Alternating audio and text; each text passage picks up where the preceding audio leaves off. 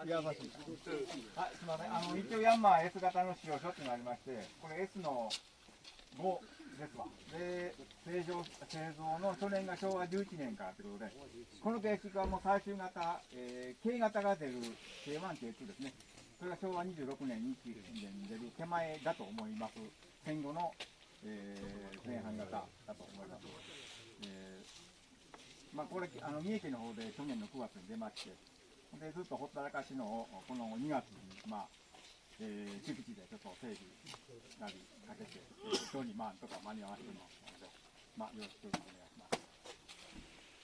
はい、ありがとうございます。今日は売り物じゃないんですか。